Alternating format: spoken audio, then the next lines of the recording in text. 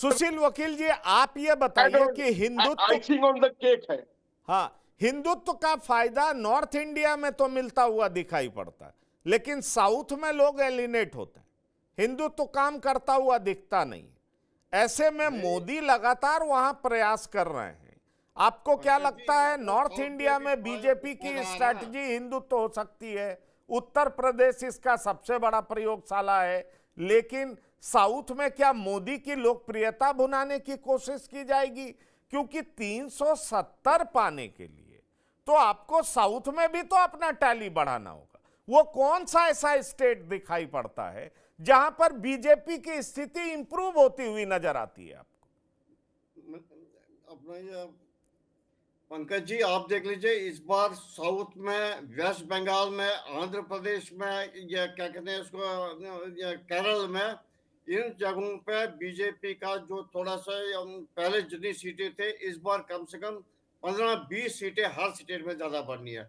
आप देखिए वेस्ट बंगाल में जो संदेश खाली का मुद्दा हो गया, वेस्ट बंगाल में जो मेजोरिटी कमेटी है इस बार ममता से नाराज है, वो जो वोट शेयर है वो बीजेपी का बिल्कुल बढ़ेगा।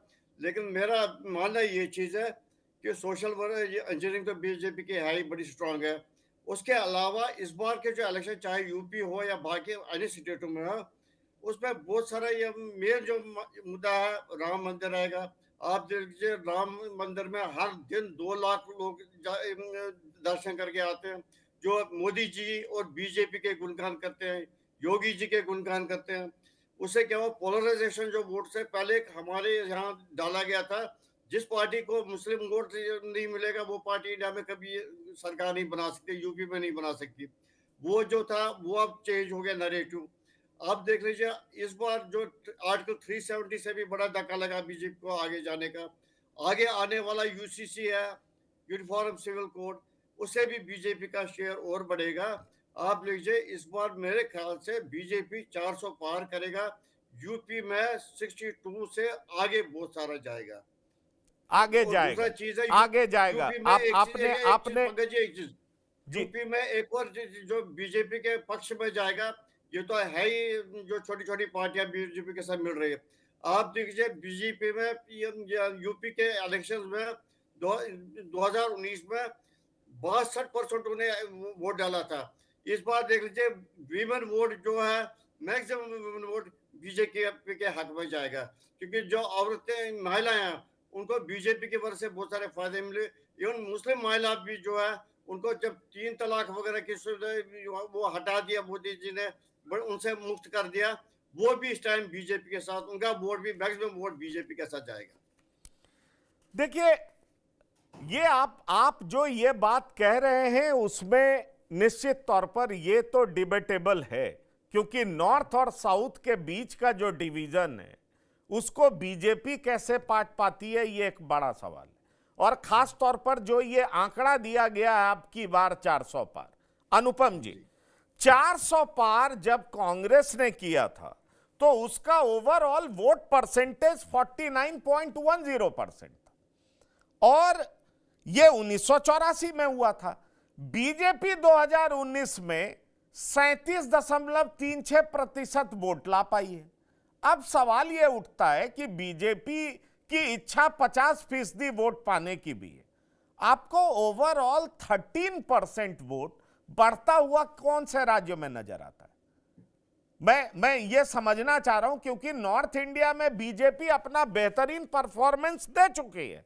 Rajasthan, Haryana, Gujarat maximum seat, MP में 1 हारा, छत्तीसगढ़ में 2 हारे, चलिए उत्तर प्रदेश में कुछ इंप्रूव कर भी लिया, फिर भी ये 303 से 370 का आंकड़ा कैसे छुआ जा सकता है? आपकी नजरों में वो कौन से स्टेट्स हैं जहां पर इस टैली को टच किया जा सकता है, पार किया जा सकता है? देखिए, महागठबंधन के सामने 2019 में 50% की लड़ाई अमित शाह ने लड़ने का वादा किया था और लड़के दिखाया। और ये लड़ाई उन्होंने गुजरात, राजस्थान, मध्य प्रदेश कई जगह लड़ी, ऐसी बात नहीं है। लेकिन हकीकत ये कि हर जगह वो पीक कर चुके हैं, पूरा पूरा सफाया कर चुके हैं। अब इसके आगे कहाँ जाएंगे? एक उत्तर प्रदेश की गुंजाइश बनती है कि भाई वहां 62 सीट थी, अब इसकी बात हो रही है कि 62 की जगह 72 हो जाएगी, 73 हो जाएगी, 75 हो जाएगी। लेकिन चूंकि सदर्न स्टेट्स उनके एकदम बहुत ज्यादा, आंध्र प्रदेश में वो कहीं खड़े ही नहीं होते हैं। कर्नाटक में तो माना जाता है कि साहब पिछली बार उन्होंने बहुत अच्छा किया था। देखने वाली बात होगी, कर्नाटक में पिछली बार का प्रदर्शन दोहरा पाना बड़ी बात होगी। आंध्र प्रदेश में आप खड़े ही नहीं हो पाते हैं, केरल से आप एकदम साफ हो जाते हैं। तमिलनाडु में आपने देखा कि आपने जयललिता ग्रुप वाले अन्ना द्रमुक से भी समझौता तोड़ रखा है।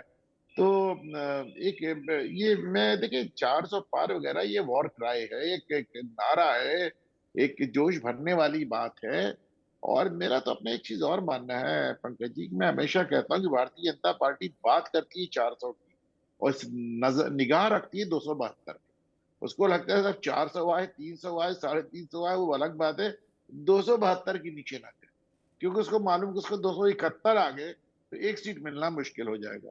और इसके चलते आप देखिए वो नीतीश कुमार को भी ले आए, जबकि बिहार का जो लोकल यूनिट था बिल्कुल नीतीश को नहीं चाह रहा था, वो जयंत चौधरी को ले आए। जयंत चौधरी को भी लेके इनके यहाँ कुछ नाराजगी थी, पर उसको ले आए। ओम प्रकाश राजभर ने आपने देखा कितने बड़ बड़ के बात की थी, मुख्यमंत्री योगी आदित्यनाथ खुद उनसे नाराज थे, ओम प्रकाश को ले आए। दारा सिंह जैसे लोग जो मौके पे निकल गए थे उनको वापस ले आए, कांग्रेसियों को ले आए। तो और अभी एक बात चल रही है लगातार, माना जा रहा है कि शायद कल तक श्रोमणी अकाली दल से भी इनका समझौता हो जाएगा, जो एक टूट गई थी। मेरे अपना मैं समझता हूं कि हाँ, वो एक समझौते की काफी गुंजाइश है, क्योंकि अकाली दल में से पहले एक टूट हुई थी, और जो टूट हुई थी उन्होंने जाके भाजपा ज्वाइन कर ली थी, एनडीए ज्वाइन कर लिया था। आज वो अकाली दल में लौट आए, तो माना जा रहा है कि वो शायद उसका एक सिलसिला शुरू हो गया है। उद्धव ठाकरे से भी, हालांकि उद्धव ठाकरे से कांग्रेस का पूरी बात हो गई, सीट डिफाइन हो गई, बात करना उन्होंने कहीं नहीं छोड़ा, कहीं नाराजगी उन्होंने। इनफैक्ट अगर इस भारतीय जनता पार्टी के इस युग को रुख को देखता हूँ, तो अन्ना द्रमुक से इनका जो संबंध इन्होंने तोड़ा है तमिलनाडु में, वो मुझे थोड़ा आश्चर्यजनक लगता है कि हर जगह आप हर आदमी को अकोमोडेट कर रहे हैं। तमिलनाडु जो आपका वीकेस्ट स्टेट है, वहां पे आप ऐसे क्यों पेश कर रहे हैं? तो देखिए 400 पार तो सिर्फ एक नारा है, और उसका कोई मैं 13% वोट कब किसका एक पड़ जाता है वो सब बात नहीं है पंकज भाई। लेकिन हाँ, एक मोटी सी बात है कि भारतीय जनता पार्टी का किसी भी चीज को फॉर ग्रांटेड नहीं ले रही है, ओवर कॉन्फिडेंट नहीं है। 2004 वाला जो अटल जी की जीत हार थी इंडिया शाइनिंग का नारा देने के बाद, ये उससे बहुत ज्यादा आज तक सशंकित है।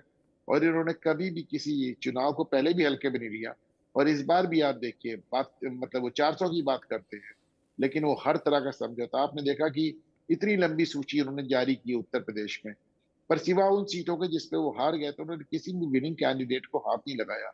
हेमा मालिनी के 75 साल वाला रूल भी तोड़ दिया। तो ऐसे में वो पूरे कॉम्प्रोमाइजेस कर रहे हैं, और ये 400 पार मैं फिर कहूंगा सिर्फ एक नारा है। नहीं सुशील वकील जी, बस समय की सीमा हम लोग पार कर रहे हैं, जरा शॉर्ट आंसर दीजिएगा, आप हाथ उठा रहे हैं। आप देख लीजिए 2019 में बीजेपी का शेयर था, एनडीए का शेयर था 37 या 36%। उस टाइम जो 2019 की स्थिति और आज की 2024 की स्थिति में आसमान जमीन का फर्क है।